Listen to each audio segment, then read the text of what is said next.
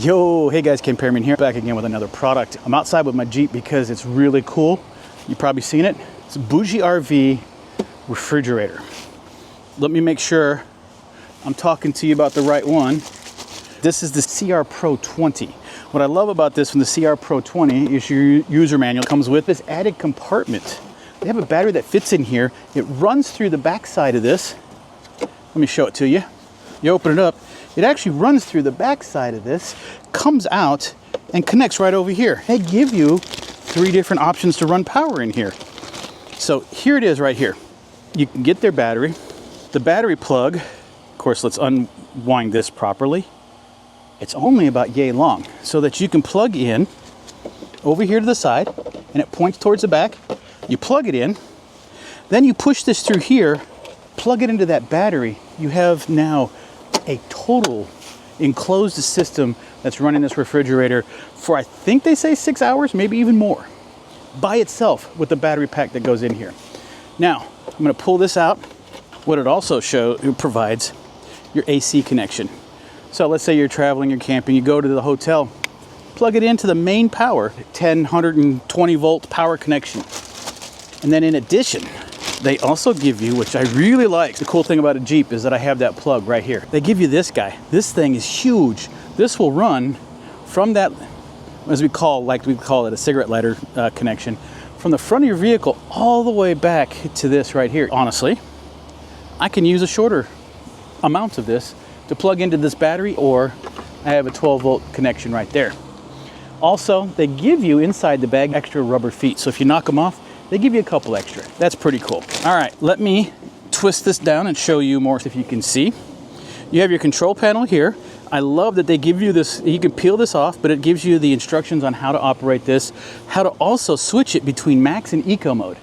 A lot of times you really don't need max mode. The only time you need max mode is if it's completely warm and you need it cold quick. That will put it at about 45 watts or so. Eco mode is 36 watts. We'll find out for sure, but that's the nice thing about this is you can do all of this through the controls. Set your temperature, plus or minus, set your setting button here, and then of course your power on button. Now, easy enough to do is since my battery has a cigarette lighter connection, I'm gonna plug it right in. The cool thing is I can also use the AC, doesn't matter. And it just beeped, and so did this. Sweet. This is consuming 35 watts currently, which means that this thing will be able to run for about 5 hours. Now, let me pop in my barrel plug that I'm charging, plug that in. It's gonna show that I'm bringing in about 38 watts, but I'm using AC. This thing effectively could run all day as long as I have sun. This refrigerator is running. I can hear it humming. The other cool thing about it is there's an LED light right here. Check this out. And it's got a magnetic lid. It's got a chain so that the lid won't go too far over. But also inside here, there's LEDs. I don't know if you can see them. My hand's in the way, but they're right here. They're lit up. So you can see what's inside the compartment. Now, getting into more details, now that this is running and cooling down, it's sitting at 48 degrees right now. It says 14.4, 14.5 volts. It does show your battery level. Now, this is because it's running off the AC, there's no battery level, but if you had the actual battery device in here, it would show you that level. Now, that's pretty cool. Magnetic, locks in pretty good. And again, what I said about the specs, this is a 20-liter refrigerator. Freezer, you can get this thing all the way down to -7 degrees. Now, we're gonna go ahead and go to this here. It is set to H in the power, and I don't wanna list this over too much because you need to keep it level. Let me see if I can bring this over just a little bit more. Never mind. Again, inside here, storage. Actually, I would recommend you put your power cables in here and lock it in. One of the tips right here, it says the refrigerator may be inverted during delivery. To ensure that you use this properly, the first thing you're gonna need to do is not plug it in and start it up. Take it, put it on a level surface like this, and let it sit for approximately at least 8 hours, my opinion, 12 hours or more. Let this run, let this cool, settle down, let all the fluid settle where it's supposed to, because in the process it moves fluid to gas and goes back and forth, and if the fluid's in the wrong spot and gas is in the wrong spot, you may have an issue. Just leave it be for a few hours and then get it started. In eco mode, it's 29 watts, 6 hours. I'm impressed. It means that this thing will last about 6 hours. This fridge is actively cooling.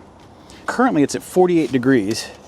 What's funny is I remember setting this up previously when I ran this, turned it on, it sat at that current temperature, now it's at 47, and then like 20 minutes later it turned off. You can, when it's very quiet, like I had it in the house, and I heard the fridge turn off. I looked over and it was sitting at 36 degrees.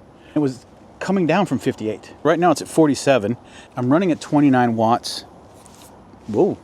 Yeah, 29 watts. It bumped to 30, fluctuating, whatever. But 47 degrees, this is really cool. Now, with this plugged in, I'm gonna go ahead and show you that actually I have enough real estate on cable. Yeah.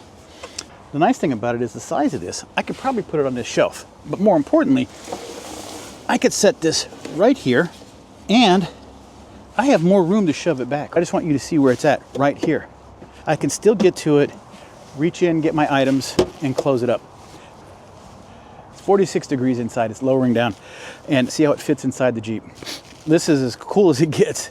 So much fluctuating with the solar. It's better just to run solar into a battery and then the battery into this. You can purchase their battery and plug it in. Let me double check to be sure, but I believe their battery has a barrel plug in it, so you can actually even use the same solar panel, do the same thing I'm doing with this battery, but with theirs, which I don't have yet. But what I love is if I can get that to put inside that container, then run the solar into that, everything's self-contained, then I can unplug the solar and still move this while it's still running. And at 222 watt hours, I can run this thing for 4 or 5 hours without plugging it into solar, and then use the solar to charge something else up. All right, so finally we're sitting at, it says it's 26 degrees. I've got this guy right here I just turned on. It says it's 53 degrees, but I knew it's colder than that, and it's getting down. So what we're gonna do is we're gonna put this in the fridge and come back a little bit and see what that temperature really is. And there it is, sitting in the fridge. 53.2. Okay. 26 degrees in the fridge. All right. Is it getting colder? 52. All right. So let's see what the temperature is inside. 32.2. Guys, I'm spending a lot of time talking about this because this is what I want to do with my overlanding, camping, whatever you want to call it. I just want to set up a good camping setup so I can utilize everything here. All right, guys. I hope this was helpful for you. I do appreciate your time, and I'm out.